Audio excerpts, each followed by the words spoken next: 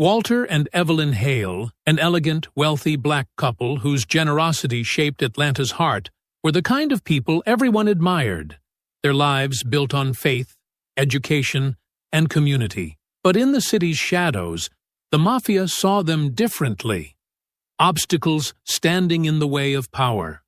To Enzo Moretti's men, the Hales looked soft, too old, too gentle to fight back. Their abduction was ruthless, their murder a statement carved in blood to remind the city who truly ruled its streets. But what the mafia didn't know was that their only son, Marcus Hale, wasn't just a soldier. He was a former Delta Force commander.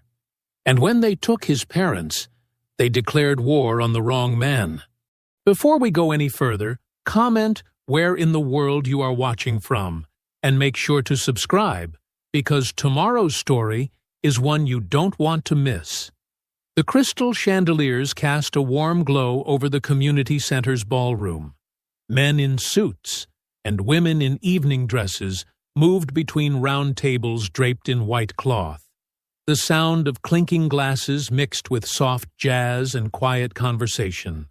At the front of the room, Evelyn Hale stood tall and elegant in her deep purple dress, her silver hair swept up in a classic style. Her husband, Walter, distinguished in his tailored black suit, kept his hand at the small of her back as they greeted their guests.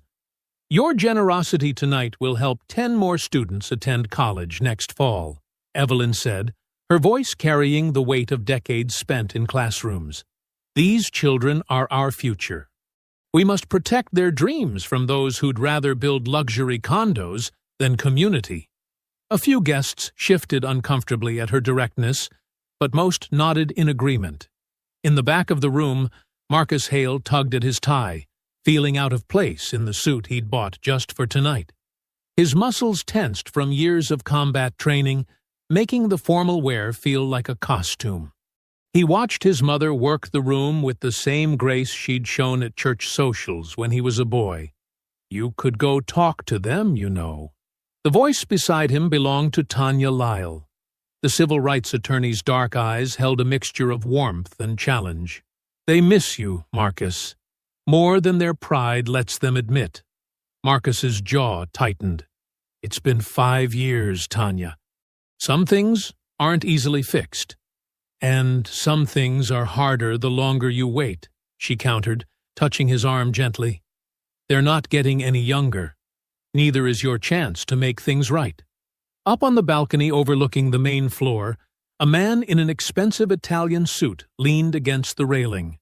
Luca Marconi's cold eyes tracked the elderly couple's movements while his manicured fingers worked his phone's camera.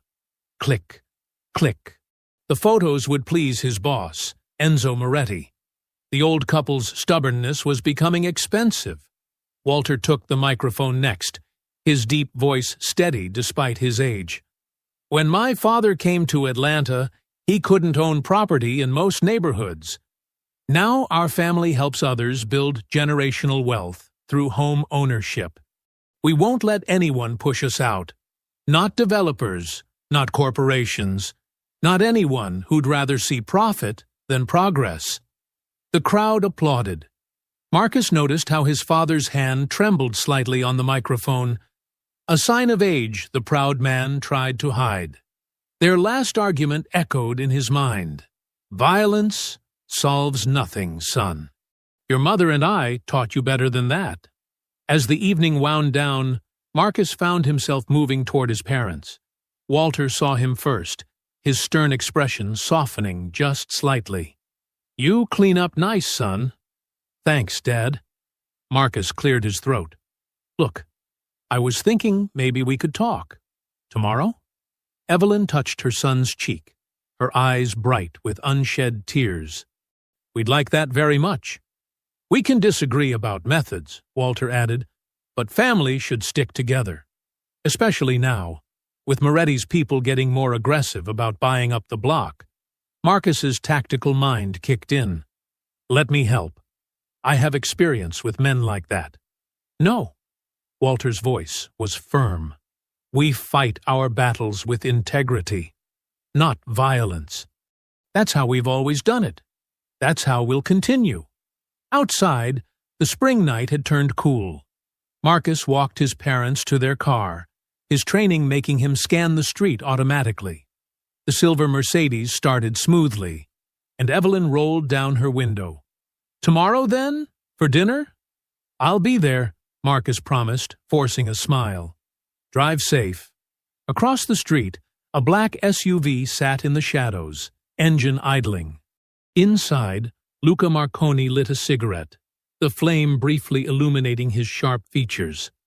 Smoke curled from his lips as he watched the Mercedes pull away. "Tomorrow won't come for them," he muttered, flicking ash onto the leather seat. The city hummed around them. Traffic on nearby streets, music from bars, the distant wail of a siren.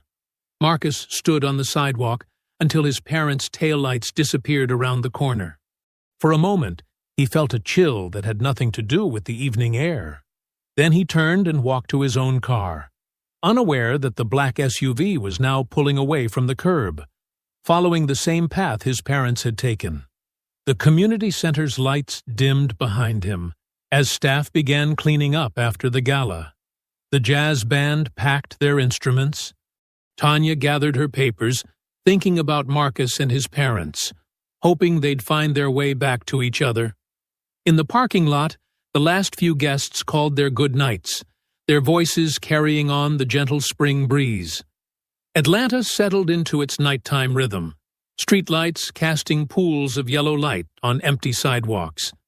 The Mercedes carrying Walter and Evelyn Hale made its way through familiar streets toward home, while somewhere in the darkness a black SUV kept pace, waiting for the right moment.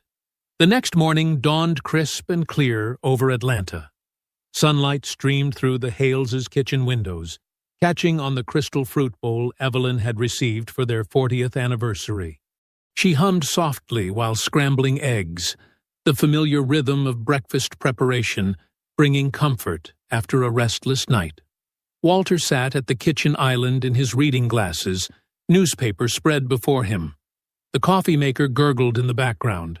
Their housekeeper, Maria, moved quietly through the house, dusting the family photos that lined the hallway. "I hope Marcus really comes today," Evelyn said, adding a pinch of salt to the eggs. "I'll make his favorite cornbread." Walter looked up from his paper.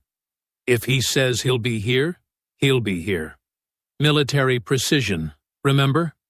The house phone rang, its sharp trill cutting through the peaceful morning. Walter reached for it, checking the caller ID with a frown. Unknown number. "Mr. Hale." The voice was smooth, practiced. "I'm calling on behalf of Mr. Moretti's development group. We'd like to offer you one final opportunity to sell your properties at triple market value." Walter's knuckles whitened around the phone. "Listen carefully. I don't care what Moretti offers. Those buildings house families who've lived there for generations. We're not selling. Not now, not ever. Sir, please consider. We're done here." Walter slammed the phone down, making the crystal fruit bowl rattle. Evelyn touched his shoulder. "Everything all right?" Before he could answer, the security system chimed. 3 black SUVs had pulled up to their gate. Through the kitchen window, they watched men in tactical gear pour out of the vehicles. "Call Marcus," Walter said quickly, moving toward his study. Then 911. But there wasn't time. Glass shattered in multiple rooms, synchronized entry points. Heavy boots thundered across hardwood floors. Maria screamed from the hallway as masked men rushed past her. Luca Marconi strode through the front door, his designer suit incongruous with his tactical vest. 2 men grabbed Walter as he emerged from his study, shoving him face first against the wall. In the kitchen, another intruder yanked Evelyn away from the stove, eggs still sizzling. "Mrs. Hale," Luca said, walking into the kitchen. His voice carried a mocking politeness. "I heard your lovely speech last night about community. Very touching. But your money can't buy mercy today." Evelyn drew herself up, dignity intact despite the rough hands holding her. We don't need mercy from thugs." She spat in his face. The crack of Luca's backhand echoed through the kitchen. Walter struggled against his captors. "Don't you touch her!" Luca wiped his face with a monogrammed handkerchief. "Zip-tie them. Hoods on. Check his study for the ledger." They bound the couple's hands behind their backs with plastic restraints. Black hoods went over their heads. Walter could hear Evelyn's controlled breathing nearby. She was scared but refusing to show it. "The study's clear," a man reported. "No ledger." "Then we do this the hard way." Luca's phone buzzed. He answered it on speaker. "Is it done?" Enzo Moretti's voice filled the kitchen. "Got them both. No ledger yet. No witnesses, Luca. Find that ledger, or it's their lives. Make it clean." Maria huddled in the corner, crying softly as they dragged the Hales out.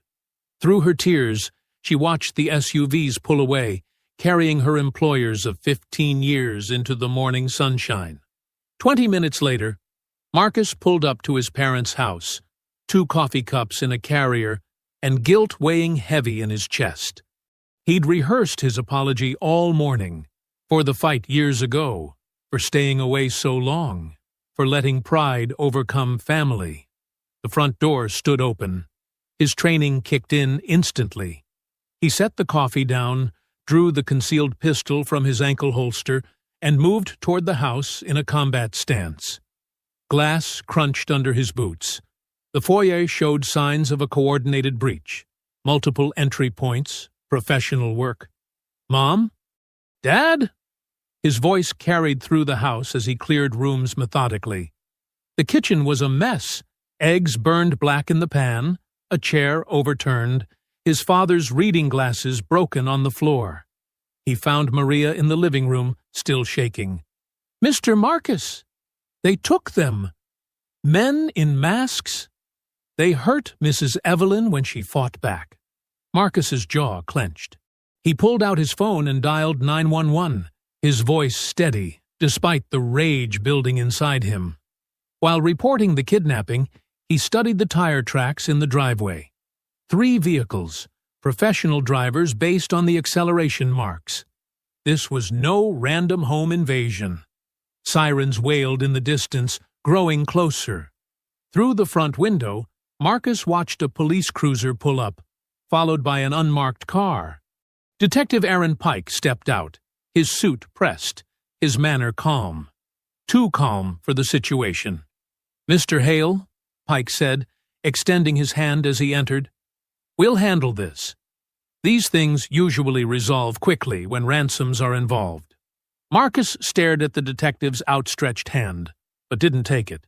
He'd seen enough combat to recognize when something wasn't right. Pike's eyes were too controlled, his composure too perfect for a fresh kidnapping scene.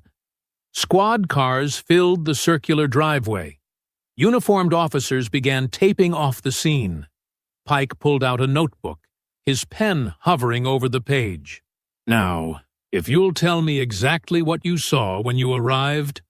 The living room of the Hale mansion felt hollow in the evening darkness. Marcus sat rigid on the edge of his father's leather armchair, watching Detective Pike flip through his notepad with calculated slowness. Crime scene techs had finished hours ago, leaving behind fingerprint dust and evidence markers like neon wounds across the house. "Let's go through this again," Pike said, his pen tapping against paper. "Can you think of anyone who might want to harm your parents? Business rivals? Disgruntled employees?" Marcus studied Pike's face in the dim light. The detective's expression remained neutral, professional, too professional. His questions felt rehearsed, his concern a thin veneer.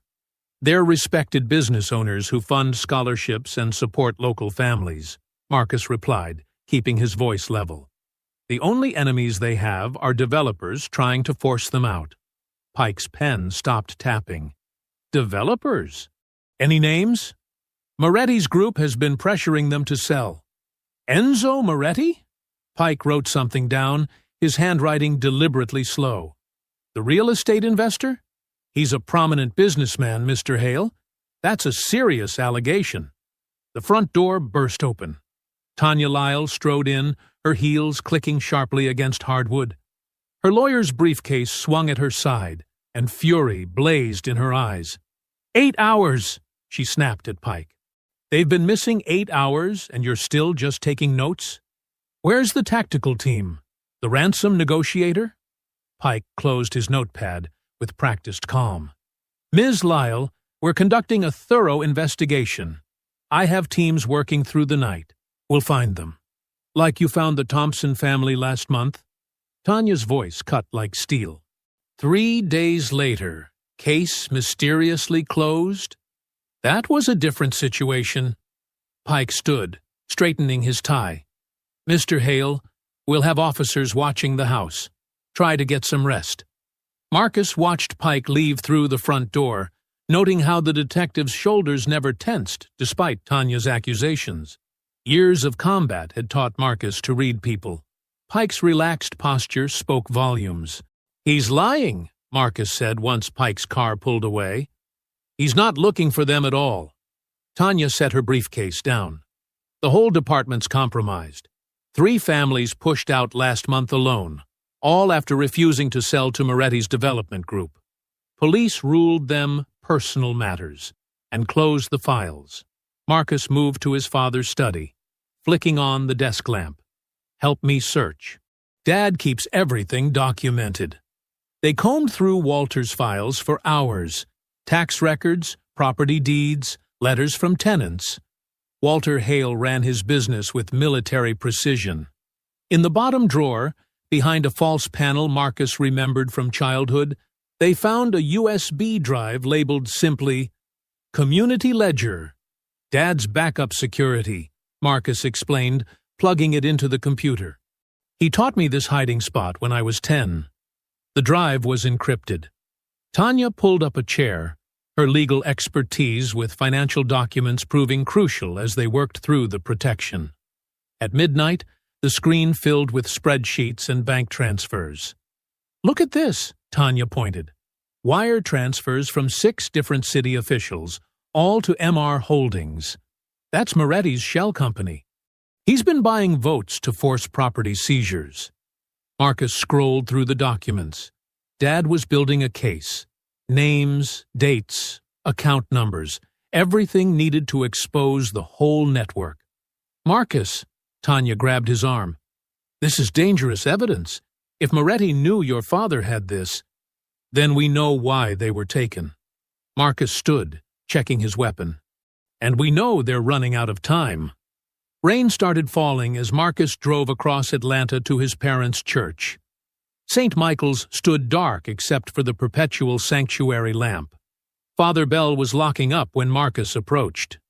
"Marcus, my boy." The old priest's face creased with worry. "I've been praying for them since I heard. Have they been here, Father? Maybe seeking sanctuary?" Father Bell shook his head. "No, but earlier, around noon, I saw 3 black vans heading toward the industrial district. Caught my attention because they were driving so fast past the school." Marcus's pulse quickened. "Which direction exactly?" "Down Mason Street, toward those old storage lots." Father Bell touched Marcus's shoulder. "Whatever you're thinking of doing, remember, justice without mercy destroys the soul seeking it. Right now, I just need to find them alive."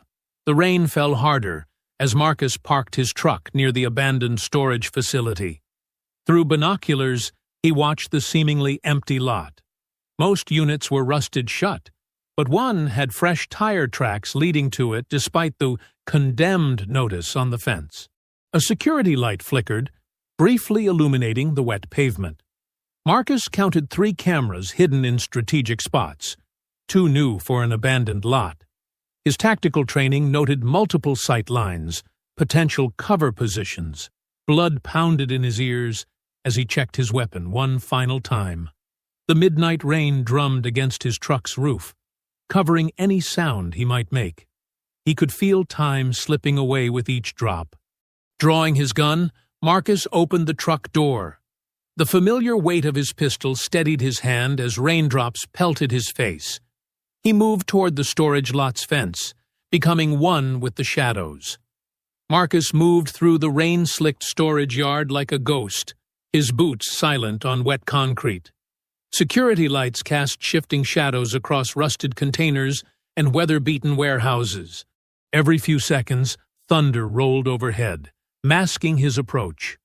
Through the drumming rain, voices carried from a corrugated metal building at the far end of the lot. Marcus pressed against a container, listening. Harsh words echoed inside, punctuated by the sound of something heavy being dragged. "The old man won't crack," a voice growled. "Neither of them will talk." "Luca said midnight's the deadline," another man replied, panic edging his tone. "We gotta finish it." Marcus's jaw tightened. He checked his watch, 11:47 p.m. Drawing his gun, he moved forward, using the shadows between security lights as cover. A guard stood smoking beneath an overhang, shoulders hunched against the rain. Marcus approached from behind, one hand reaching out. The guard never saw him coming. In seconds, the man was unconscious, zip-tied, and hidden behind a dumpster. Marcus took his radio and security card. 2 more guards patrolled the perimeter. Marcus tracked their movements, timing their routes. When thunder crashed again, he struck. The first guard went down with a precise chokehold. The second turned at the sound, but Marcus was already there, driving his elbow into the man's temple. The warehouse loomed ahead, its metal walls gleaming with rain. Through a gap in the doors, fluorescent light spilled onto wet pavement. Marcus crouched low, peering inside. His heart stopped. His parents knelt on the concrete floor, hands bound behind their backs. Walter's face was bruised, but his eyes burned with defiance. Evelyn sat straight-backed despite her bonds, dignity unbroken. Luca paced before them, a pistol dangling from his hand. "Last chance," Luca snarled, grabbing Walter's collar. "Where's the ledger? Where are the documents?" Walter looked up at him. "My father built this neighborhood when no bank would loan to black businesses. You think I'd let thugs like you destroy that legacy?" Luca backhanded him. "Your legacy?" He laughed. "Your legacy dies tonight. Our names will mean something when yours are forgotten." Evelyn's voice rang out, clear and strong despite her fear. Marcus moved.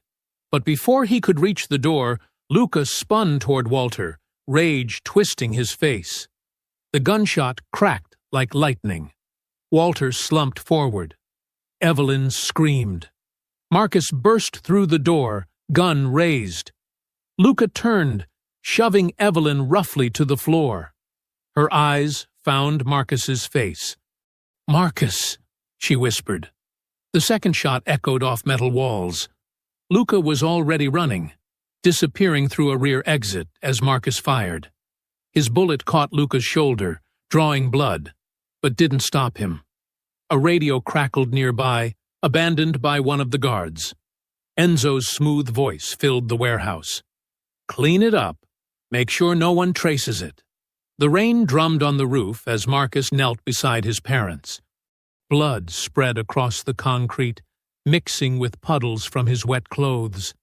With trembling hands, he untied their bonds, gathering them close.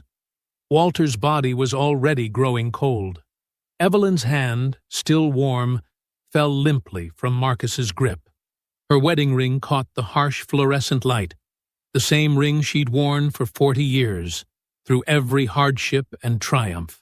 "I'm sorry," Marcus whispered, his voice breaking. "I'm so sorry I wasn't here sooner, that I stayed away so long." Thunder rolled outside, drowning out his words. He held them, rocking slightly, remembering Sunday dinners and bedtime stories, stern lectures and proud smiles. All the moments he'd taken for granted, now forever lost. "You won't die in vain," he vowed, his words barely audible above the storm. "Everything you built, everything you protected, I'll defend it, and I'll make them pay." Time slipped away as Marcus knelt there, his tactical training warring with his grief. He knew he should move, should gather evidence, should pursue Luca. But leaving meant accepting they were gone, meant facing a world without their strength and wisdom. Finally, distant sirens pierced the rainfall. Marcus gently laid his parents down, arranging them with care. He wiped the blood from Evelyn's face, straightened Walter's collar one last time. The sirens grew closer. Marcus stood, rain from his clothes pooling around his feet. Dawn's first gray light filtered through the warehouse windows, painting everything in pale shadows. He looked down at his hands, red with his parents' blood. The rain streaming from the roof slowly washed them clean, drop by drop. Metal doors creaked in the wind. Emergency lights flashed on wet pavement outside. Marcus took one last look at his parents, their faces peaceful despite everything. Then he melted into the shadows as police cars pulled into the storage yard, their sirens splitting the dawn. Morning sunlight streamed through grimy diner windows, casting long shadows across the cracked vinyl booth where Marcus sat. His coffee had gone cold, untouched. Across from him, Tanya Lyle leaned forward, her legal pad covered in rapid notes as Marcus finished describing the warehouse scene. "My God, Marcus!" Tanya's voice was barely above a whisper. "We need to take this to the FBI. Agent Reeves in the Atlanta field office. She's been building a case against organized crime. She's clean." Marcus shook his head, his expression hard. "They killed my parents in a police-controlled storage facility, Tanya. The cops were nowhere near that lot until after it was over. Someone made sure of that." "You can't handle this alone," she pressed. "This is bigger than revenge. Your parents had evidence of this." Marcus slid a tablet across the table. The decrypted files from Walter's USB drive filled the screen. Spreadsheets, property transfers, shell company records. Moretti's been buying up properties through dummy corporations, laundering money through construction projects. The ledger proves it.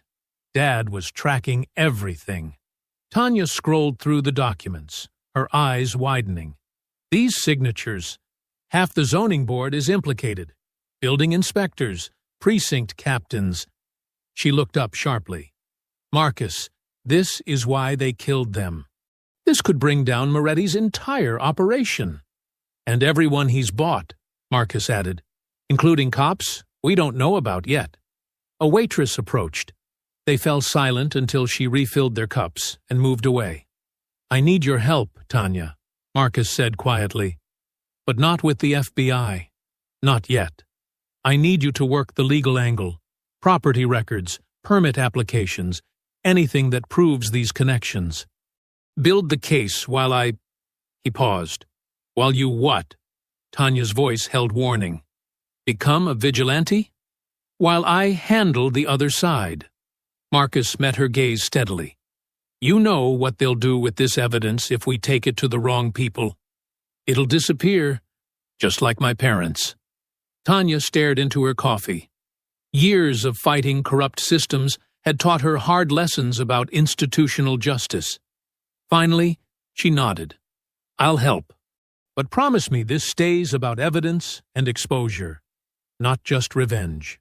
"It's about justice," Marcus said. "The kind the courts can't always deliver." He left cash on the table and stood. Tanya caught his arm. "Be careful. Moretti didn't build his empire by being careless with threats." Marcus squeezed her hand once, then walked out into the morning light. By sunset, Marcus's safe house hummed with tactical energy. Ghost arrived first, stepping out of a weathered pickup truck with his signature rifle case. The former sniper moved with fluid grace despite his years, his gray eyes missing nothing as he surveyed the property. "Still living off the grid, I see," Ghost commented, noting the solar panels and security cameras. "Old habits," Marcus replied, embracing his friend. Sarge showed up an hour later in a loaded-down SUV. The demolitions expert's broad shoulders filled the doorway as he entered, carrying cases of gear. His usual grin was replaced by grim focus when Marcus explained the situation. They transformed the living room into an operations center. Maps covered one wall, Atlanta's industrial districts, known properties linked to Moretti, surveillance photos of Luca's usual haunts. Weapons and equipment lined a folding table. Night vision goggles, suppressed rifles, communications gear, medical supplies. Luca's crew runs protection out of these 3 zones, Ghost said, marking locations. He's got a dozen regulars, ex-military mostly. Sloppy, but dangerous. Sarge examined satellite images on a laptop. Loading docks here and here would make good observation posts. I can wire them with motion sensors, give us early warning if they move product. Marcus studied incident reports he'd pulled from police databases. Detective Pike requested lead on my parents' case within hours of the bodies being found. He's controlling information flow, redirecting resources. Pike's been on Moretti's payroll for years, Ghost confirmed. We ran into him on that cartel job in 19. He buried evidence, steered investigations away from Moretti's people. Then he's part of the target list, Marcus said flatly. We find Luca. We make him give up Pike's connection. Pike leads us to Moretti's inner circle. They spent hours planning infiltration routes, mapping security patterns, identifying choke points. This wasn't revenge. It was a military operation. Each man fell into familiar roles. Ghost handling reconnaissance. Sarge preparing equipment. Marcus coordinating strategy. Near midnight, Marcus stood before the evidence wall. Photos and documents connected with red string showed the web of corruption spreading from Moretti through Atlanta's power structure. At the center hung a surveillance photo of Luca leaving an upscale restaurant, his face twisted in a cruel smile. Marcus drew a red circle around Luca's image with a marker. The circle looked like a sniper's scope, like a target, like a promise. We start with him, Marcus said, his voice cold and certain. Ghost and Sarge stood beside him, their shadows merging on the wall. Marcus checked his weapon, the familiar weight grounding him. Outside, Atlanta's lights glittered like stars fallen to earth. Somewhere in that galaxy of neon and shadow, Luca waited, unaware that his hunters were coming.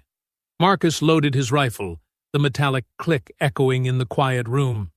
Night settled over the city like a shroud. Moonlight glinted off industrial metal as Marcus crouched behind a stack of shipping containers. Through his night vision goggles, the warehouse glowed in shades of green. 2 armed guards patrolled the perimeter. Sloppy, predictable patterns.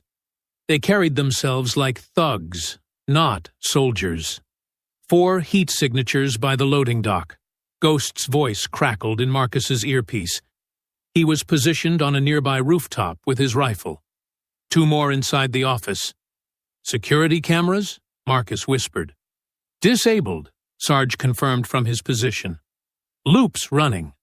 They're blind for the next 30 minutes. Marcus watched the guards complete another circuit. Moving in.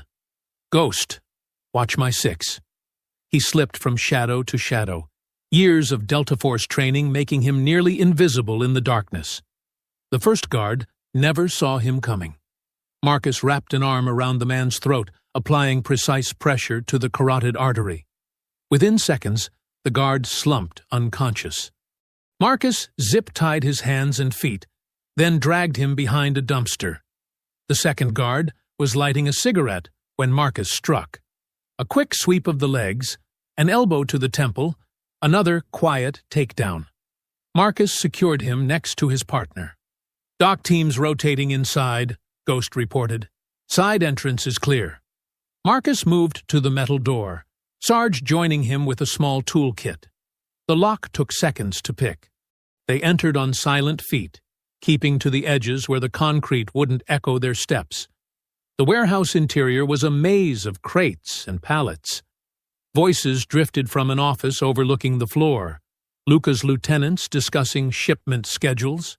Marcus recognized one voice, Tony Vescovi, Luca's second in command. Position 1 and 3, Marcus hand-signaled to Sarge, indicating opposite approaches to the office stairs. They split up, working their way through the warehouse. A guard emerged from behind a forklift. Marcus grabbed him, clamping a hand over his mouth while applying a sleeper hold. The guard's eyes rolled back as he lost consciousness.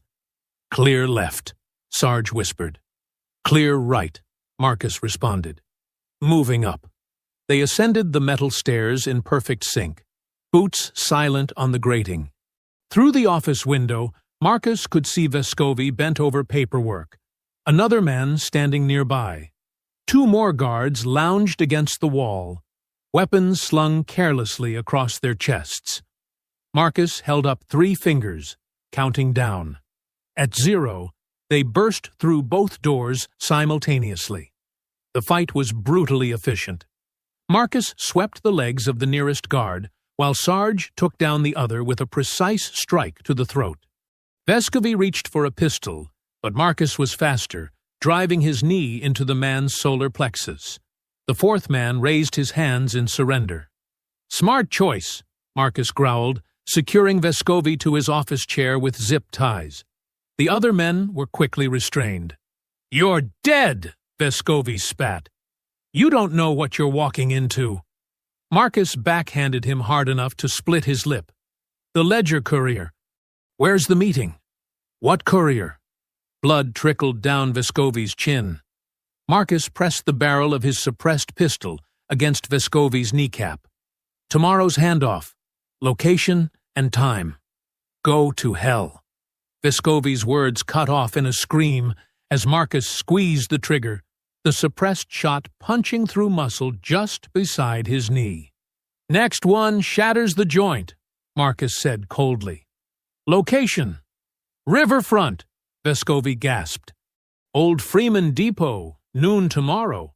Luca's meeting him personally." Why did Moretti order the hit on the Hales? The old man's charity work, Vescovi panted through the pain. He was buying properties we'd marked for development, turning them into community centers. Started asking questions about where our construction money came from. The ledger proved it was laundering. Names, dates, shell companies. Moretti couldn't let that surface. Marcus leaned in close, his voice deadly quiet. "My mother. Did she suffer?" Fear flickered in Vescovi's eyes. It was quick. Luca wanted to drag it out but had orders to finish clean. Sarge placed a laptop on the desk, webcam light blinking. "Recordings live. Repeat everything you just told me," Marcus ordered. "All of it." 10 minutes later, they had a full confession recorded. Marcus encrypted the file and sent it to Tanya's secure server. Ammunition for building the legal case. "Please," Vescovi begged as they prepared to leave. "Moretti will kill me for talking. Should have thought of that before helping murder innocent people." Marcus zip-tied him more securely to the chair, making sure the restraints would hold for hours. "Someone will find you eventually." "Incoming vehicles," Ghost's urgent voice came through the radio. Multiple headlights on the access road, too organized to be random. Marcus moved to the window. A line of black SUVs was approaching the warehouse, their headlights cutting through the darkness. "Time to move," he ordered. "Ghost, cover our exit." "Sarge, prep the diversion." They headed for the back stairs, leaving Vescovi and his men bound and gagged in the office above. Whatever was coming, they needed to be gone before those vehicles arrived. Through the warehouse's rear exit, Marcus and his team emerged into the loading yard. Floodlights suddenly blazed to life, bathing the area in harsh white light. The familiar whoop of police sirens filled the air, as unmarked cars boxed them in from 3 sides. Detective Pike stepped out of the lead vehicle, his service weapon held with casual confidence. His face showed no tension, just a practiced calm that made Marcus's skin crawl. "Marcus Hale," Pike called out, his voice carrying across the yard. "You're under arrest for obstruction of justice and homicide. Put down your weapons." Marcus's jaw tightened. The pieces clicked into place. Pike's lackadaisical investigation, his controlled handling of evidence, his insistence on keeping Marcus away from the case. The detective wasn't just corrupt. He was Moretti's inside man. "Homicide?" Marcus challenged, keeping his rifle lowered but ready. "The only killers here are the ones you're protecting, Detective." "I have shell casings from your weapon at your parents' murder scene," Pike replied smoothly. "Planted evidence is still evidence, Marcus. Don't make this harder than it needs to be." Ghost's voice came low through the radio. "I've got an angle on 3 of them. Say the word." "Hold," Marcus muttered. He counted 8 officers besides Pike, all with weapons trained on them. Too many for a clean break. "Sarge, diversion ready. East side, on your mark." Pike took a step forward, his false sympathy now tinged with steel. "Your parents chose pride over survival, Marcus. Don't make their mistake." The mention of his parents ignited something cold and deadly in Marcus's chest. "Now!" he commanded. Multiple things happened at once. Sarge triggered remote charges on a stack of empty drums, sending them crashing across the yard in a thunderous cascade. Ghost's rifle cracked 3 times from his elevated position, taking out lights. Marcus dove behind a concrete barrier as the night erupted in gunfire. "Contact rear!" Sarge shouted. More vehicles were arriving, Luca's men, right on schedule. Marcus pulled a smoke grenade from his vest and hurled it toward Pike's position. Dense gray smoke billowed across the yard. He moved through it like a ghost, years of combat training taking over. 2 officers appeared in front of him. He dropped one with a strike to the throat, swept the legs from under the second. A scream of pain cut through the chaos. "Ghost is hit," Sarge reported. "Left leg, through and through." Marcus changed direction, heading toward his friend's position. Pike's voice rang out, ordering his men to hold their fire. He wanted Marcus alive. That hesitation was all Marcus needed. He found Ghost behind an electrical transformer, blood soaking his pant leg. "Can you move?" "Like a 3-legged dog," Ghost grimaced. "But yeah." Marcus got Ghost's arm over his shoulder. Sarge appeared beside them, laying down covering fire as they retreated toward their exfil route. Behind them, new voices joined the fray, Luca's distinctive accent cutting through the din. They made it to their backup vehicle, a nondescript van parked 2 blocks away. As Sarge peeled away from the curb, Marcus's phone buzzed. Unknown number. "You're good, soldier," Luca's voice oozed through the speaker. "But you're alone now. No badge will help you. No law will protect you. Should have left town when you had the chance." "I'm going to find you," Marcus promised quietly. Luca laughed. "Like you found your parents? Check the news tomorrow. Your friend Vescovi had an unfortunate accident while resisting arrest. Such a shame. Apparently he shot himself. Twice. In the back of the head." The line went dead. Marcus closed his eyes briefly, guilt twisting in his gut. Another death he was responsible for. 20 minutes later, they were at the safe house, a converted industrial loft Marcus had prepared years ago. He cleaned and bandaged Ghost's leg wound while Sarge set up a security perimeter. "Through and through," Marcus confirmed, tightening the bandage. "You're lucky." "Doesn't feel lucky," Ghost grunted. Pike and Luca working together. That's why they were always 1 step ahead. Marcus looked down at his hands, still stained with Ghost's blood. The sight reminded him of kneeling beside his parents in that warehouse. He'd failed to protect them. He wouldn't fail again. "They're coordinating," he said, wiping his hands clean. "Pike feeds Luca police intel. Luca handles the wet work. The ledger would expose them both." "And tomorrow's handoff?" Sarge asked from his position by the window. "It's a trap," Marcus replied. "They're expecting us to hit the depot. That's why Pike showed up tonight, to spook us, make us sloppy." Ghost shifted, wincing. "So we don't show?" "No." Marcus stood, moving to the table where their weapons lay. "We show, but we don't play by their rules anymore." He began field stripping his rifle, each movement precise and deliberate. "Tomorrow, we end this." In the distance, police sirens wailed through the Atlanta night. Marcus continued his weapons maintenance, his movements mechanical, his mind already mapping out tomorrow's assault. Pike and Luca thought they had him cornered. They were about to learn why that was a fatal mistake.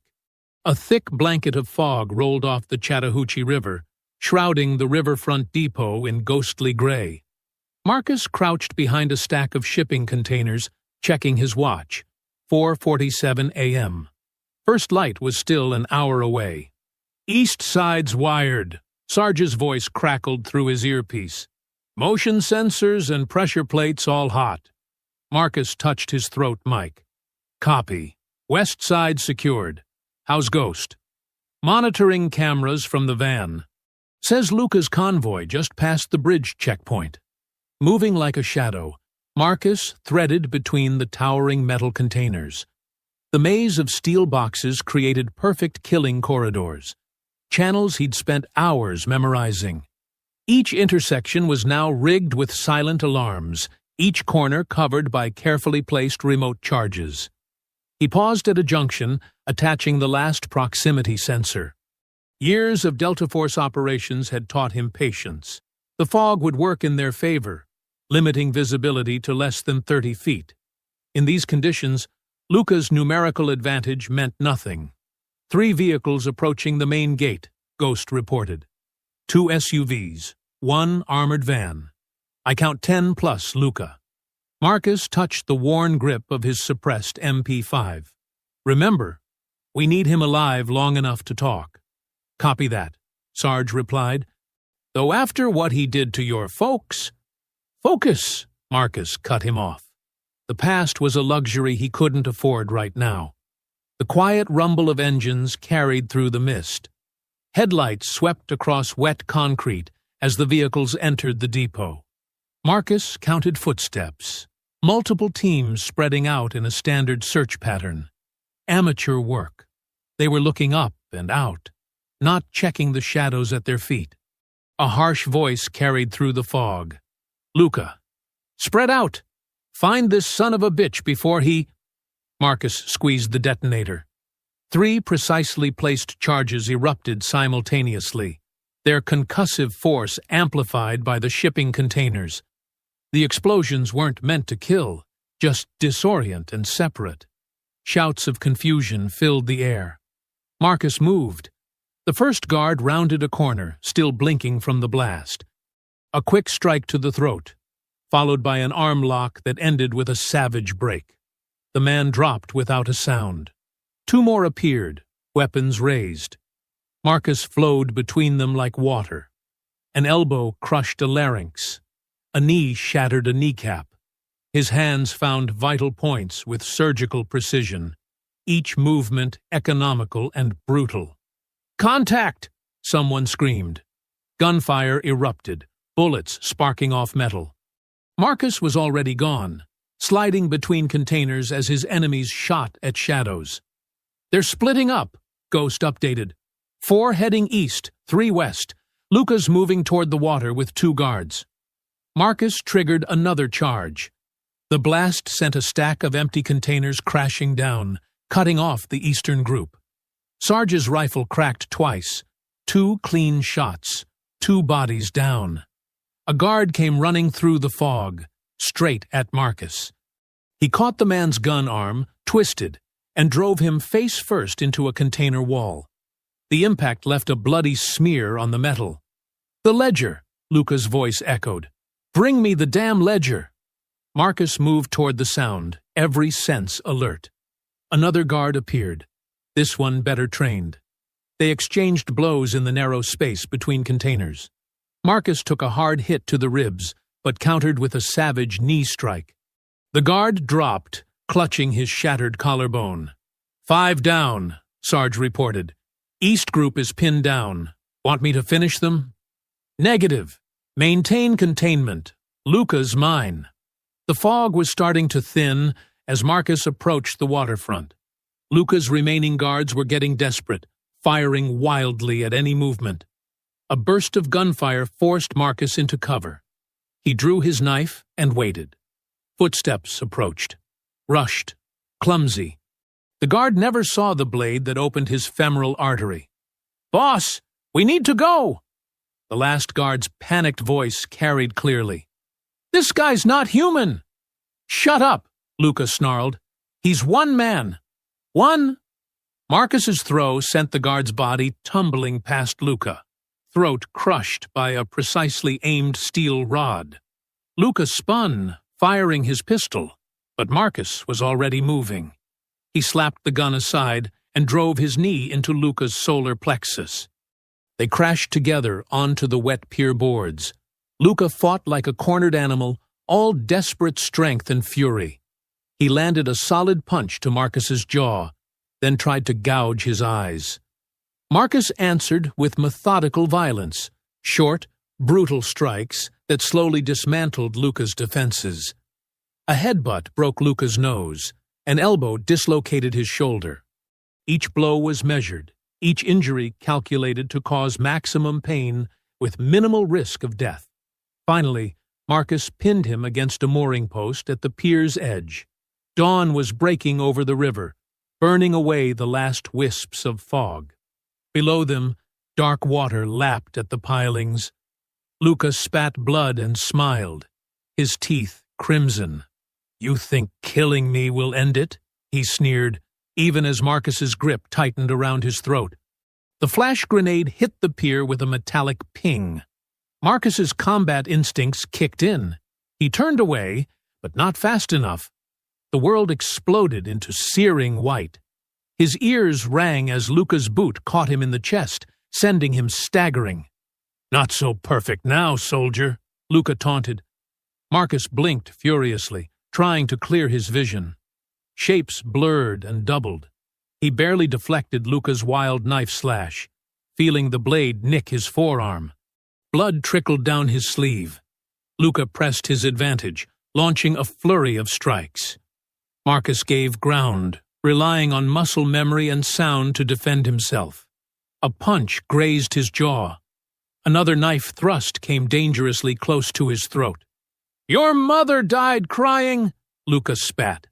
"Begging like a—" Marcus's vision snapped back just enough. He caught Luca's knife hand and twisted savagely. Bones crunched. The blade clattered onto the pier. Luca howled and headbutted Marcus, splitting his eyebrow. They crashed into a stack of heavy chains. Marcus grabbed a length and swung it like a whip. Luca ducked, but the chain wrapped around a pipe behind him. Marcus yanked, tearing the pipe loose in a spray of rust and scale. Luca snatched up the pipe and swung it baseball style at Marcus's head. Marcus rolled under the strike. The pipe smashed into a crate, sending splinters flying. Coming up inside Luca's guard, Marcus drove his elbow into the enforcer's already broken nose. Blood sprayed. Luca stumbled back, cursing in Italian. He spat a tooth onto the wet boards. His eyes were wild now, the look of a man who realized he might not walk away. "Your father died first," Luca sneered, circling. "We made her watch. Enzo wanted it that way." Marcus's vision went red. He charged, but Luca was ready. They grappled at the pier's edge, trading savage blows. Marcus took a knee to the ribs. He answered with a palm strike that crushed Luca's windpipe. Gasping, Luca swung the pipe again. Marcus caught it and twisted, using Luca's momentum to slam him face first into a steel support beam. The impact left a crimson smear. Before Luca could recover, Marcus kicked his legs out from under him. They crashed through a rusted grate covering a loading platform. Metal screamed as they fell. Marcus landed on top, driving his knee into Luca's chest. The enforcer's breath left him in a whoosh. "The ledger," Marcus growled, pinning Luca's arms with his knees. "Where is it?" Luca tried to buck him off, but Marcus slammed his head against the platform. "Talk!" Go to hell, Luca spat blood. Enzo will kill me anyway. Marcus pressed his forearm across Luca's throat. Death's coming either way. Quick or slow. Your choice. The pressure increased. Luca's eyes bulged. Finally, he tapped Marcus's arm frantically. Marcus eased up just enough to let him speak. Enzo, Luca wheezed. He ordered it personally. Your mother. She had proof of everything. Property theft, bribes, murders. The ledger would have exposed his whole operation. Where is it now? Split up, different locations. Insurance. Luca coughed wetly. Enzo keeps the main copy in his office safe. The combination. It's in my phone. Marcus pulled out his phone. You're going to record every word you just said. Names, dates, locations, all of it. Luca's laugh was bitter. Then you'll hand me to the cops? I'm dead either way. No. You'll face justice. Real justice. Marcus pressed the record button. Start talking. Luca's confession poured out. Dates, names, accounts. How Enzo had ordered the Hales killed. How Detective Pike had covered it up. The whole corrupt system laid bare in a broken man's words. When it was done, Marcus zip-tied Luca's hands. Tanya will make sure. Freeze! Police! Detective Pike's voice cut through the dawn like a knife. He stood at the pier's edge, pistol aimed steadily at Marcus. 2 uniformed officers flanked him, weapons drawn. Back away from him, Marcus, Pike ordered. This ends now. Marcus raised his hands slowly. It's over, Pike. We have his confession. No. Pike's smile was cold. What we have is a vigilante who murdered Luca Marconi in a revenge killing. Isn't that right, officers? The uniformed cops nodded mechanically. Pike's men. The detective's gun shifted slightly. The shot cracked across the water. Luca's body jerked once and went still, a red hole in his temple. Before Marcus could move, Pike fired again, the bullet whining past his ear. Officer down, Pike shouted into his radio. Suspect is armed and dangerous. Shots fired. Marcus dove as more bullets chewed up the platform. He rolled behind a container, mind racing. Pike had played him perfectly. Now he'd be wanted for Luca's murder. All units converge, Pike's voice carried clearly. Suspect heading south along the river. Shoot to kill. He's cop killer now. Marcus sprinted through the maze of containers, sirens wailing in the distance. He reached his truck just as the first patrol cars screamed into the depot. Tires squealed as he accelerated away, blood dripping from his various wounds. Red and blue lights filled his rearview mirror. Marcus weaved through pre-dawn traffic, the confession recording burning a hole in his pocket. He had to survive. Had to get the truth to Tanya. The sirens grew closer. Marcus spotted a storm drain tunnel ahead. He killed his lights and turned sharply, tires skidding on wet concrete. The truck disappeared into the darkness. Inside the drain, water dripped steadily. Marcus slumped against the wheel, chest heaving. Blood trickled down his face. Mom, Dad, he whispered into the darkness. I'm sorry. Above, sirens Dopplered past as the first rays of dawn painted the eastern sky. The morning light crept through dusty windows, painting stark shadows across Marcus's safe house floor. He sat slumped in a metal folding chair, pressing a blood-soaked cloth against his eyebrow. His muscles ached from the fight at the pier. The burner TV in the corner droned with breaking news. Suspected in the murder of organized crime figure Luca Marconi. Police consider Marcus Hale armed and extremely dangerous. A soft knock at the door made him tense. 3 quick taps, then 2 slow. Tanya's signal. Marcus pressed his pistol close as he checked the peephole, then quickly let her inside. My God, Marcus! Tanya's eyes widened at his condition. She carried a first aid kit and fresh clothes. "You look terrible." "I've had worse." He winced as she began cleaning his wounds. The antiseptic stung. "They're calling you a cop killer," she said quietly, dabbing at his eyebrow. "Pike's press conference painted you as a vigilante who executed Luca in cold blood." Marcus's jaw tightened. "Pike shot him. Killed his own informant to cover their tracks." "I believe you." Tanya's hands were gentle but firm as she applied butterfly bandages.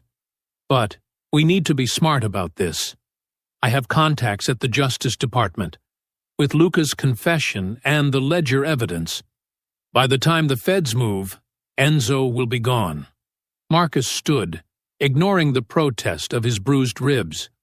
He's already planning his escape. Tonight's meeting with the city officials is his last play. Tanya followed him to the safe house's makeshift command center, a card table covered in maps and surveillance photos. "How do you know about the meeting?"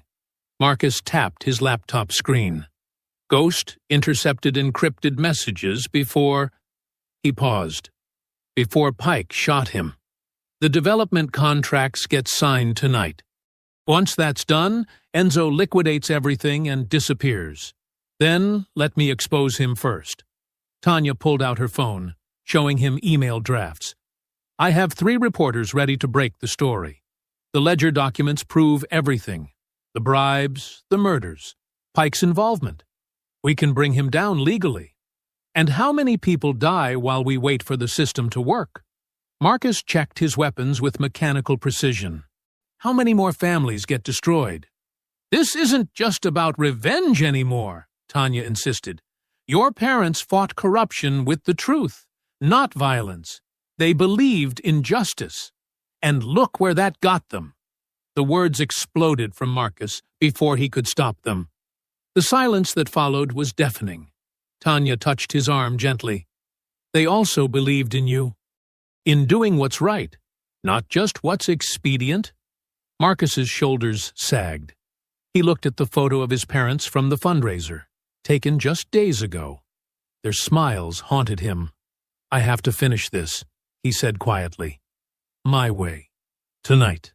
Tanya worked at her laptop, while Marcus prepared his gear. She uploaded encrypted files to secure servers, establishing dead man switches that would release everything if anything happened to either of them. The afternoon light was fading when Marcus finally armed himself. Fresh magazines, backup pieces, comm gear. He moved like a man who'd done this 1,000 times before. "The press contacts are ready," Tanya said. "Once I confirm the story, it goes live within hours. The whole house of cards will collapse." Marcus nodded. If Enzo escapes, at least his empire burns. He checked his watch. "The meeting's at 9, warehouse district, near the old sugar plant." "Marcus?" Tanya's voice cracked slightly. "There's still time to do this differently."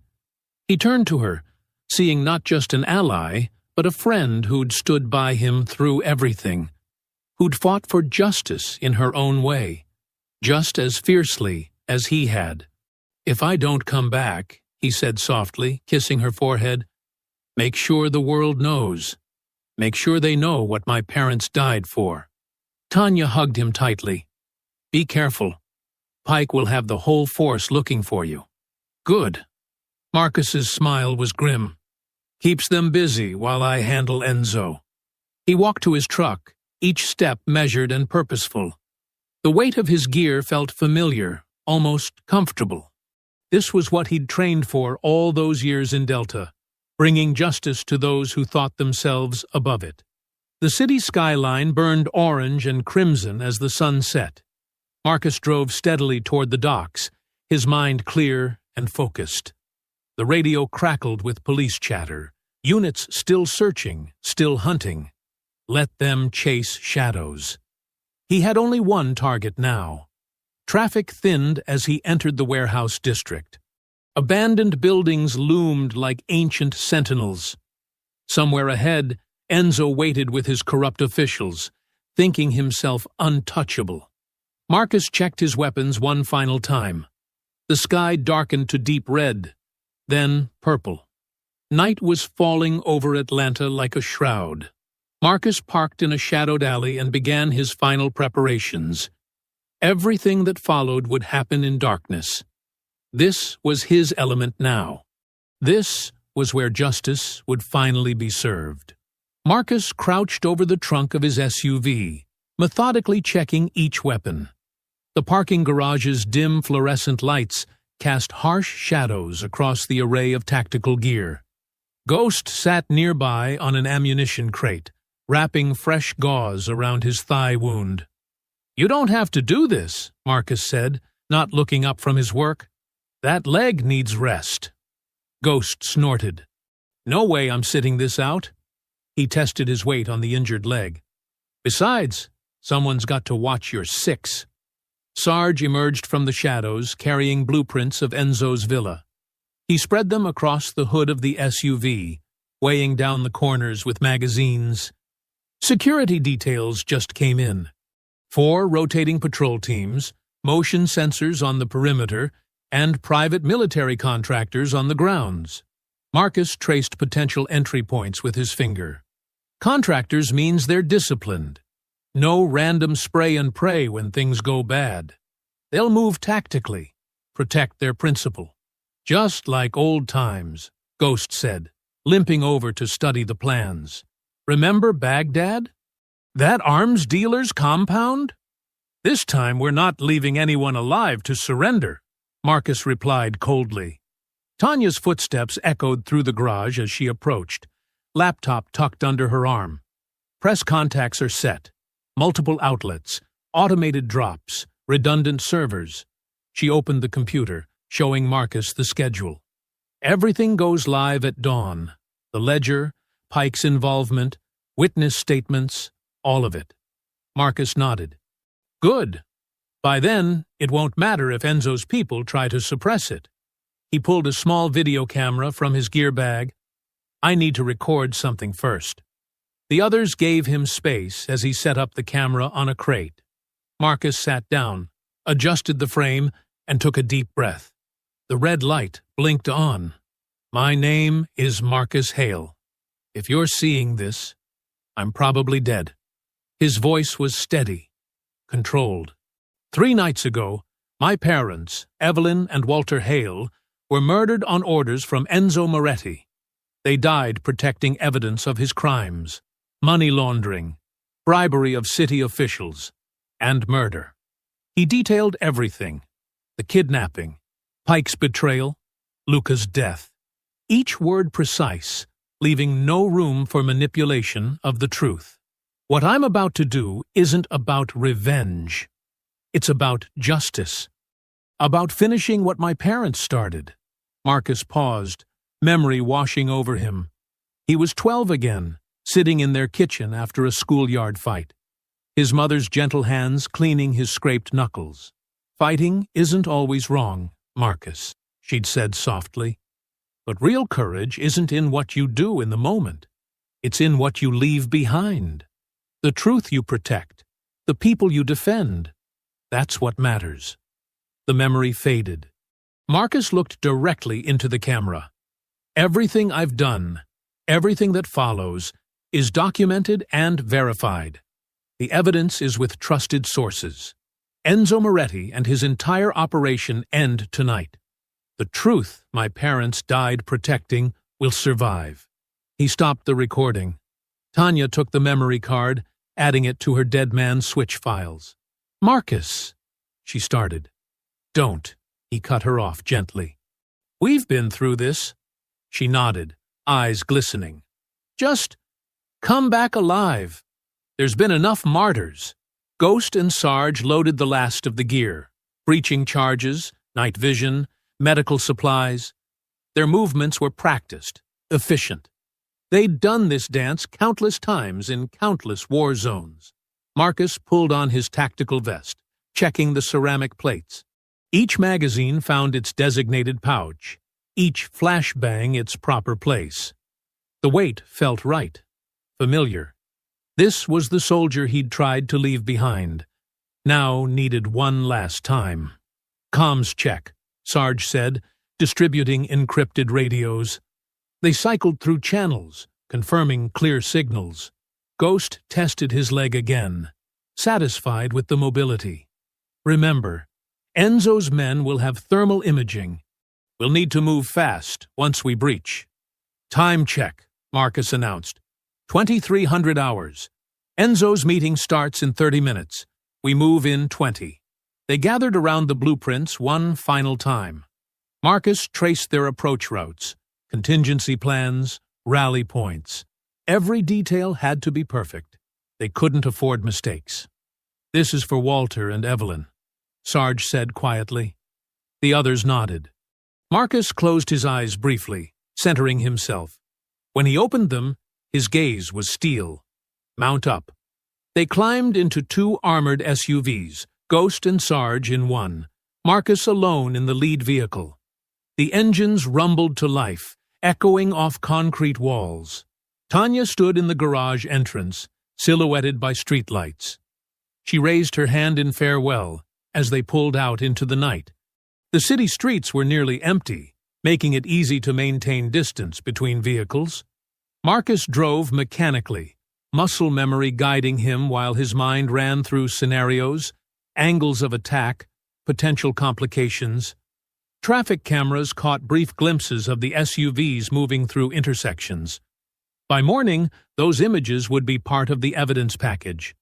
One way or another, everything would be exposed. They turned onto the access road leading to Enzo's private compound. Dense trees lined both sides, their branches casting shifting patterns in the moonlight. Ahead, security lights marked their target, like a beacon. Marcus checked his watch. 7 minutes until they'd breached the perimeter. In his mirrors, he saw Ghost and Sarge's headlights, steady and unwavering. The weight of his weapon pressed against his side, cold and certain. Moonlight glinted off gun barrels and tactical gear as they made their final preparations. The night seemed to hold its breath, waiting. The convoy killed their headlights half a mile from Enzo's estate. Marcus guided his SUV using night vision, the green-tinted world ahead showing armed guards patrolling the perimeter fence. He keyed his radio. "Execute," Ghost's voice crackled back. "Copy. Hitting the power. Now!" The estate's lights died in sections, security systems failing as their backup generators mysteriously malfunctioned. Through his scope, Marcus watched confusion spread among the guards. They raised their weapons, scanning the darkness. "Moving to Point Alpha," Marcus whispered. He slipped from his vehicle, boots silent on wet grass. The guard tower ahead held 2 men, both focused outward. Marcus raised his suppressed rifle and squeezed the trigger twice. The guards dropped without sound. "Tower clear. Sarge? Electronic perimeter disabled. You've got 4 minutes before their protocols kick in." Marcus moved like a shadow along the fence line. 3 more guards approached, speaking rapidly into radios. He waited until they clustered together, then fired. Precise shots, no wasted rounds. They crumpled mid-stride. Ghost's voice came urgent across comms. "Vehicle approaching the main gate. Looks like Pike's car." "Let him through," Marcus ordered. "We want him inside for this." The gate opened automatically, Sarge's handiwork with the security system. Pike's sedan rolled through, the detective unaware he was being watched through multiple scopes. Marcus reached the eastern wall. Beginning breach. Ghost, sweep west. "Sarge, maintain overwatch." He planted shaped charges at structural weak points. The small explosions were barely louder than handclaps, but they opened clean holes in the perimeter wall. Marcus slipped through, weapon raised. The garden beyond held more guards, private military contractors in tactical gear. They moved with professional discipline, securing sectors. Marcus counted 8, all with thermal imaging. "Taking out thermals," Ghost radioed. His first shot shattered a guard's night vision goggles. The others spun toward the sound, exposing themselves. Marcus and Ghost fired simultaneously. 4 dropped before the others could respond. Return fire crackled through the garden. Bullets thudded into trees and stone as Marcus rolled between cover. He caught movement to his left, a contractor trying to flank. 2 shots to the chest dropped him. Internal cameras accessed, Sarge reported. Streaming to Tanya now. She's patching it to media servers. Marcus worked his way toward the main house. More guards emerged from side doors, but they were silhouetted against interior lights. Easy targets. His suppressed rifle coughed steadily, each shot finding its mark. "Contact right!" Ghost shouted. Gunfire erupted from the western approach. Marcus heard Ghost grunt in pain. "Took one in the arm. I'm good. Fall back to—" "No time." Ghost cut him off. "Keep moving. I've got this sector." Marcus reached the house's service entrance. The door was reinforced steel, but the hinges weren't. 3 precise shots dropped it inward. He stepped over the fallen door into a kitchen. 2 bodyguards rushed in, submachine guns raised. Marcus shot the first through the throat. The second got off a burst that shattered cabinet doors before Marcus's return fire caught him in the face. "Pike's heading upstairs," Sarge called out. "Looks like he's warning Enzo." "Good." Marcus reloaded smoothly. "Let them bunch up." He moved through the house with practiced efficiency. Every room was cleared methodically. Corners checked, angles covered, no space left unchecked. Bodies marked his progress. A guard came around a corner with a shotgun. Marcus shot him twice in the chest, then caught movement behind him. Another contractor raising a rifle. Marcus threw himself sideways as bullets chewed up the wallpaper. He rolled, came up firing. The contractor staggered, but stayed up until Marcus put a 3rd round through his eye. 15 targets eliminated, Marcus reported. "Status?" "West side secured," Ghost said, breathing heavy. "Arms are through and through, still functional. External cameras show no reinforcements incoming," Sarge added. "Tanya confirms the feed is live. Major networks picking it up." Marcus climbed the main stairs, stepping over 2 more guards he'd dropped. Blood stained the expensive carpet. Ahead, he heard Pike's voice, urgent and afraid. "They're inside! We need to—" A gunshot cut him off. Marcus moved faster. The upper floor held Enzo's private offices. Marcus cleared 2 antechambers, finding 3 more dead guards. Pike had been busy eliminating witnesses. "Approaching final position," Marcus radioed. "Ghost, seal the east exit. Sarge, maintain overwatch on potential escape routes." He rounded the last corner. A heavy wooden door stood closed ahead. Enzo's office. 2 more bodies lay outside it, execution wounds in their heads. Pike's handiwork, eliminating loose ends. Marcus checked his magazine. Full. He rolled his shoulders, loosening combat-tightened muscles. Through the door, he heard Pike and Enzo arguing. "You promised this couldn't happen," Enzo shouted. "You said he was handled." "Shut up and let me think," Pike snapped back. "We still have options." Marcus stood before the door, weapon ready. Everything had led to this moment. His parents' murder, the corruption, the betrayals. Behind this door waited the men responsible for all of it. He took a breath. This ends now. Marcus kicked through the door with explosive force, wood splintering around the reinforced hinges. The heavy panel crashed inward as he rolled through the opening, weapons sweeping the room. Rich mahogany paneling lined the walls, city lights twinkling through floor-to-ceiling windows behind an enormous desk. Enzo Moretti stood calmly behind it, hands clasped before him like a CEO at a board meeting. Detective Pike flanked him, service weapon already drawn, but held loose at his side. Neither man showed surprise at the intrusion. "Dramatic entrance," Enzo said, his cultured voice carrying only mild interest. "Though I expected nothing less from a man of your background." He gestured at the destruction around them. "All this violence, and for what? You can't kill the system, Mr. Hale. Cut off one head. 2 more grow back. Marcus rose slowly, keeping his rifle trained on Pike. I'm not here to kill the system. He reached into his tactical vest with his free hand, retrieving a small USB drive. The metallic cylinder caught the dim light as he tossed it onto Enzo's desk. I'm here to expose it. Enzo's eyes narrowed at the device. Before he could respond, Marcus pressed a button on his radio. The massive display screens lining the office walls suddenly flickered to life. The ledger's contents filled each monitor.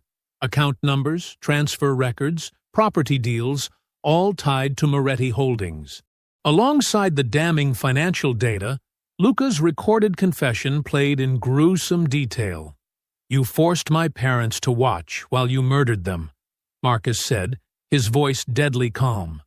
Now, the world's going to watch your empire crumble. Pike's knuckles whitened on his gun grip. This changes nothing. Your word against... A new window popped up on the screens. Live news coverage.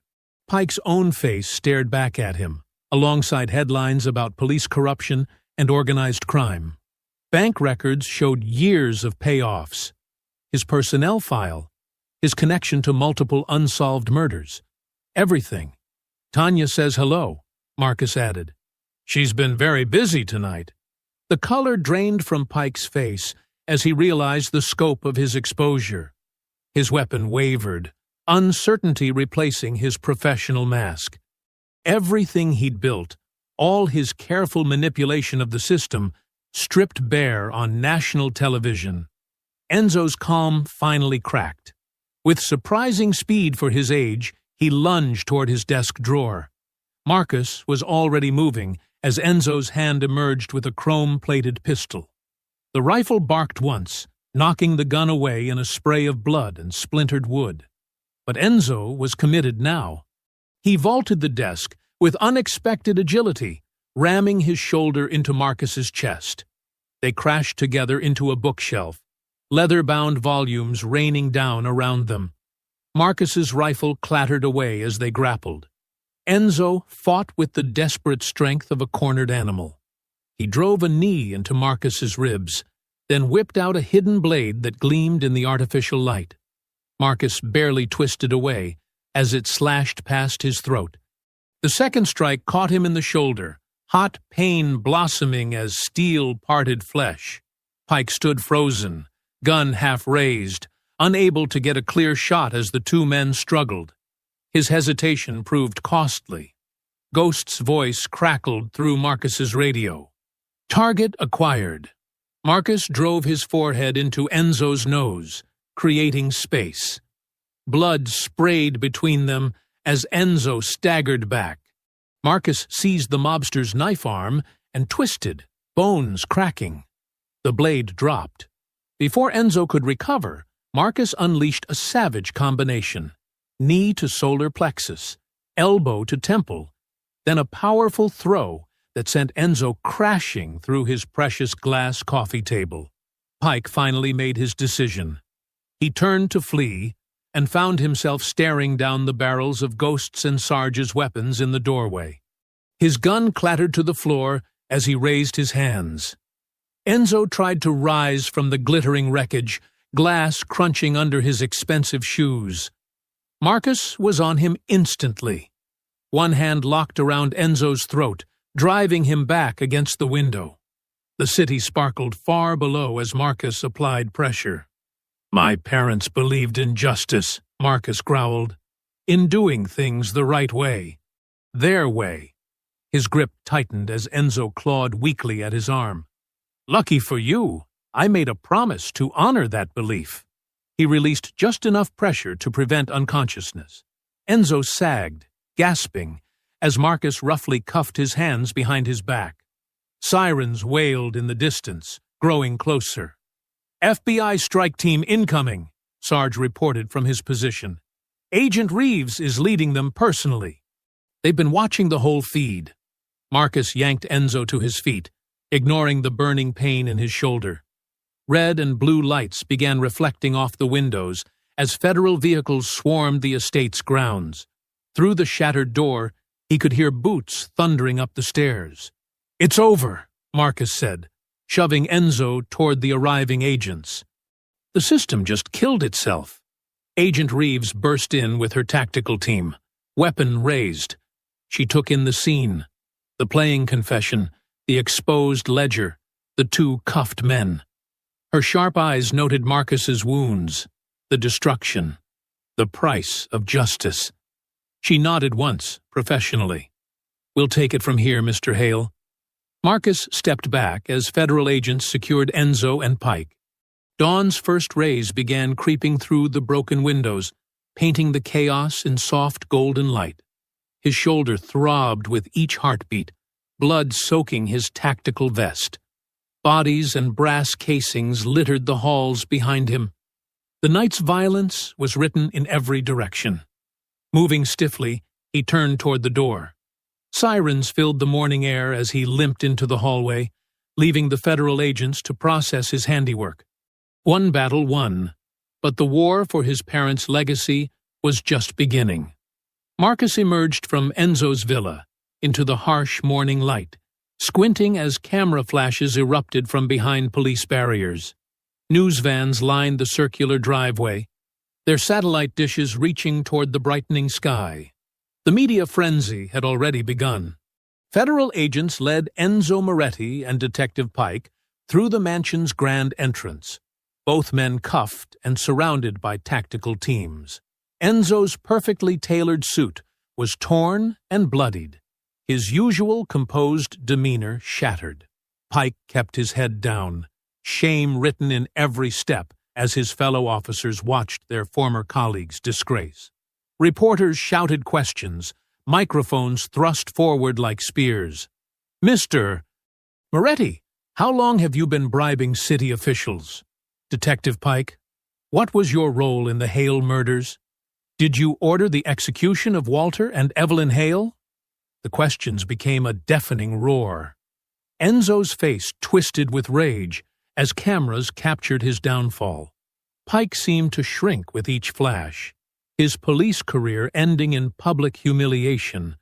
They were marched toward separate transport vehicles, their synchronized perp walk broadcast live across Atlanta. Through the chaos, Marcus spotted Tanya at the police cordon. She waved him over, her professional demeanor barely containing her excitement. As he approached, she pulled a thick manila envelope from her briefcase. "Hot off the federal printer," she said, handing him the document. "Arrest warrants for 3 city council members, 2 judges, and the deputy mayor, all tied to Enzo's real estate schemes." Her smile was fierce. "You didn't just avenge your parents. You cleaned a city." Marcus thumbed through the warrants, recognizing names he'd seen in his parents' ledger. "The evidence held up? Better than we hoped. The FBI's Financial Crimes Unit says your parents documented everything perfectly. Classic Walter and Evelyn. They fought with paperwork instead of bullets." She squeezed his arm. "Though sometimes you need both." News choppers circled overhead as more arrests began across Atlanta. Marcus watched the coordinated takedown through text updates from Agent Reeves. Corrupt officials led from City Hall, judges escorted from courtrooms, years of systematic corruption dragged into the light. His phone buzzed with breaking news alerts. "Breaking, real estate mogul Enzo Moretti, arrested in mass corruption sweep. Police detective among dozens charged in Atlanta criminal enterprise. Murdered activists' evidence exposes citywide corruption ring." Tanya scrolled through her own phone. "The Hale Community Center property has already been returned to the trust. The City Council's emergency session voted to rename it the Walter and Evelyn Hale Memorial Center." She looked up at Marcus. "Your parents' legacy is secure." Marcus nodded, emotion threatening to crack his composure. "I need to check on Ghost." The hospital was quieter than the chaos outside, though news played silently on waiting room TVs. Marcus found Ghost in a private room, his arm professionally bandaged, looking annoyed at the mandatory observation. "There's my one-man army," Ghost said, grinning. "You look worse than me." Marcus dropped into the chair beside the bed, his own wounds starting to announce themselves now that the adrenaline had faded. "Retirement's not what it used to be. Speaking of retirement," Ghost gestured at the TV where Enzo's arrest played on repeat, "I'd say we earned it this time. No more midnight raids, no more tactical gear. Just fishing and bad golf." "You hate fishing?" "I'll learn. Better than getting shot at." Ghost's expression softened. "Your parents would be proud, Marcus. Not just of taking down Enzo, of doing it the right way. Justice instead of pure revenge." Marcus thought of the ledger, his parents' meticulous documentation. They'd fought corruption with truth, building a case that would outlast violence. He'd simply added the force needed to bring that truth into the light. By late afternoon, Marcus stood alone in Oakland Cemetery. The grass was freshly cut, fall leaves scattered across marble headstones. He knelt between his parents' graves, carefully placing their wedding photo in a weatherproof frame between the markers. The photo captured them in their youth, Walter in his best suit, Evelyn radiant in white, both beaming with the certainty of their shared future. They'd built that future stone by stone, the business, the community center, the fight against corruption. Even their deaths had served their lifelong mission of justice. Marcus traced their names carved in granite. The morning's news still echoed in his mind. Indictments, confessions, a corrupt system crumbling under the weight of evidence. His parents' final gift to Atlanta was the truth they'd died protecting. "You can rest now," he whispered. The autumn breeze stirred the leaves around him, carrying distant city sounds, sirens, traffic, life continuing. But here, in this quiet corner of Oakland Cemetery, peace had finally come. His parents' killers would face justice, their work would continue, and their names would mean something to future generations. 2 weeks after Enzo's arrest, Atlanta basked in late autumn warmth. The Hale Community Center stood transformed, its red brick facade scrubbed clean, new windows gleaming in the morning light.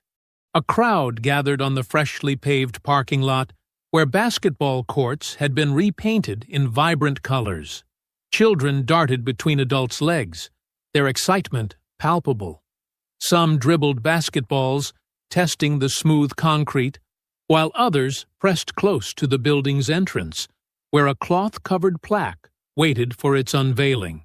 The neighborhood had turned out in force, elderly residents in their Sunday best, young families with strollers, teenagers trying to look unimpressed, but failing.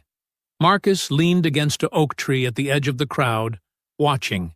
He wore civilian clothes now, pressed khakis and a blue button-down that Tanya had insisted on. The tactical gear and weapons were locked away, perhaps for good.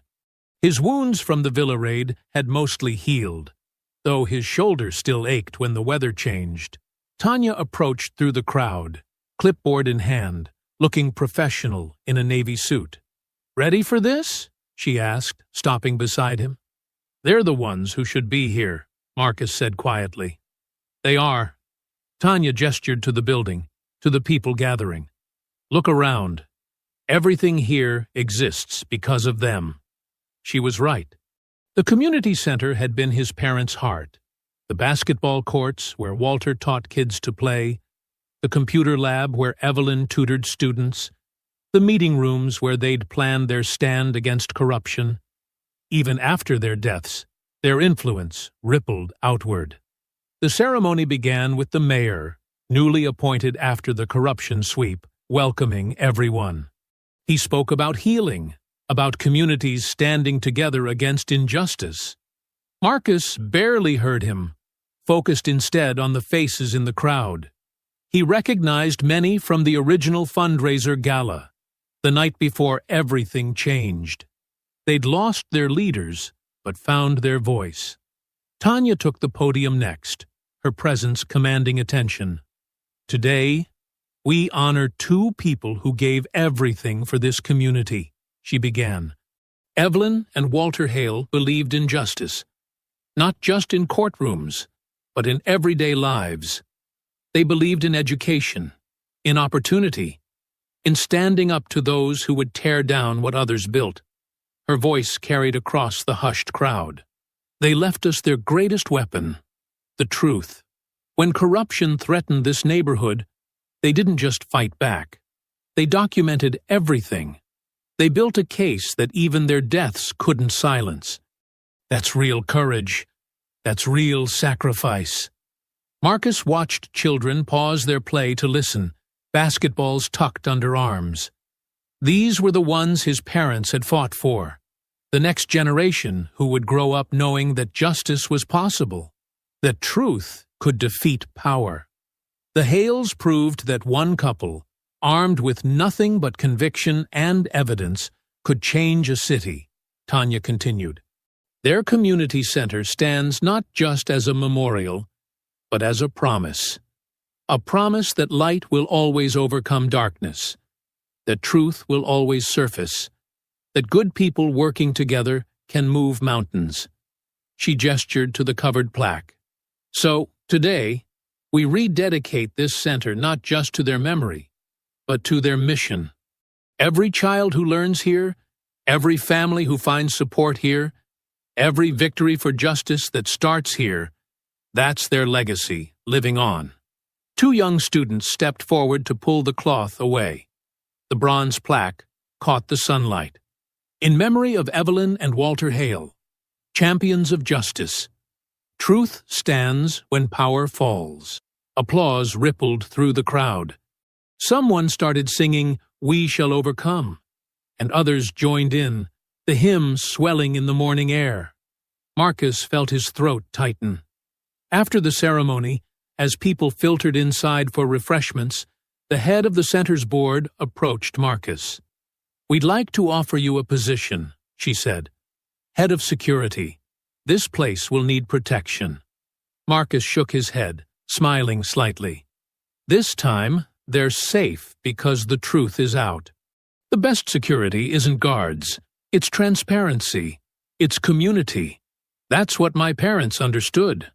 The afternoon stretched on, the celebration becoming more relaxed. Children returned to their basketball games. Families spread picnic blankets on the grass. The community center hummed with life, just as his parents had always wanted it. Eventually, the crowd thinned. Marcus found himself alone on the front steps, watching the sun angle toward evening. A pickup game was underway on the courts, shouts and laughter carrying across the parking lot. Two young girls practiced their dribbling nearby, focusing intently on the rhythm.